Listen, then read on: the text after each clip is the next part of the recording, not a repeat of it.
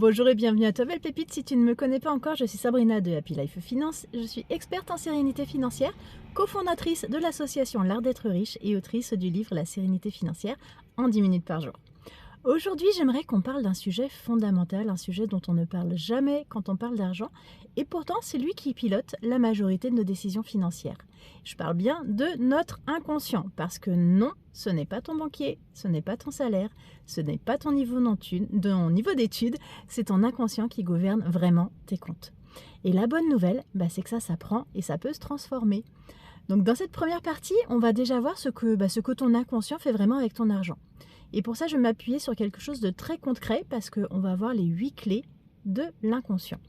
Donc je vais te montrer comment chacun d'eux impacte directement ton argent, mais souvent sans que tu te rendes compte, et c'est le même fonctionnement pour tous les autres domaines de la vie. Alors écoute bien et prends des notes si tu le souhaites. En 1, il enregistre tout. Donc ton inconscient enregistre ce que tu as entendu enfant sur l'argent, les disputes autour des factures, les phrases comme l'argent ne fait pas le bonheur, on n'est pas fait pour être riche, l'argent c'est sale, etc. Il y en a à foison. Même si aujourd'hui tu sais que ce n'est pas rationnel, lui s'en souvient parfaitement et il agit pour te maintenir dans ce qu'il connaît. Il contrôle environ 95% de ta vie.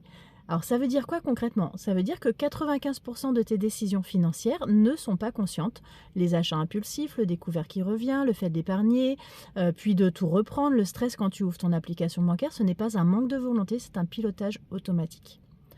En troisième clé, il se construit par habitude et répétition. Si depuis des années tu répètes regarder ton compte avec angoisse, éviter les chiffres, remettre à plus tard, ton inconscient a appris une chose, l'argent égale danger, et tant que tu ne changes pas la répétition, le résultat restera le même. Voilà, pour la troisième clé. Quatrième clé, il te parle dans tes rêves. Voilà, les rêves où tu perds ton portefeuille, où tu n'as plus d'argent, où tu arrives trop tard. Ce sont souvent des signaux de charge mentale financière en l'occurrence, et ton inconscient essaye juste de te dire il y a quelque chose à sécuriser. En cinquième clé, il n'a pas de langage verbal. Lui ne comprend pas les grands discours, il comprend les images, les émotions, les sensations. C'est pour ça que se dire je dois mieux gérer ne suffit pas. Il faut ressentir la sécurité, la clarté, la maîtrise. En sixième clé, de la même manière, ton inconscient prend tout au pied de la lettre. Donc si tu dis « je suis nul avec l'argent, je n'y arriverai pas » et toutes les phrases qui vont dans ce style-là, forcément ça ne va pas aller. Et il applique le programme sans te juger, sans te punir. C'est juste parce qu'il fait exactement ce qu'on lui demande de lui. Il va donner foi, il va rendre vrai tes propos. Donc attention au langage interne. Pour cette septième clé, il peut faire des milliards de choses à la fois. Donc c'est une force incroyable, mais c'est aussi un piège. Parce que trop d'informations, trop de conseils, trop de contenu contradictoire, ça égale à la paralysie. C'est pour ça que la simplicité est la clé de la sérénité financière. Et cette dernière clé, pour cette première partie, il n'est pas logique. Donc, il fonctionne au ralenti, on peut gagner plus, sentir toujours en insécurité et se sentir toujours en insécurité. Et ça, on peut avoir et se sentir, on peut tout avoir et on peut et se sentir serein ou pas. Ça, c'est vraiment l'inconscient qui dirige en fonction de ce qu'on a formaté. L'argent est avant tout une expérience émotionnelle également. Pour cette partie 2, on va voir comment reprendre la main sur ton inconscient financier. Donc ça, la bonne nouvelle, c'est que l'inconscient a appris, et ce qu'il l'a appris, il peut le désapprendre, et ça, c'est top.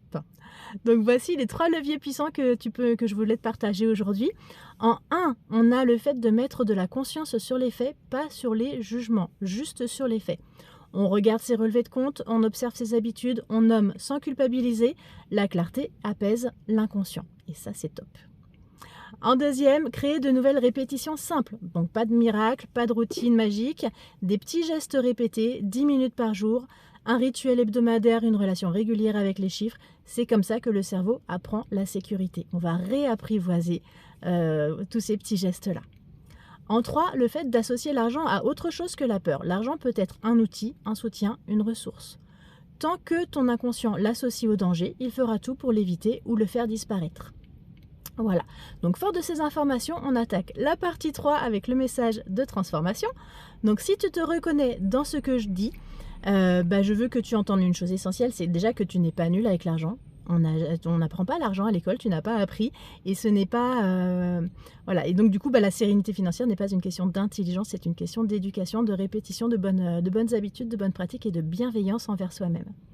Si tu veux aller plus loin, si tu veux avancer plus vite et ne plus être seul dans ta relation à l'argent, tout est dans la description. Tu as tous mes liens pour mon livre, ma formation, le quiz gratuit, mon émission de radio également Parlons Cash, l'argent ça s'apprend.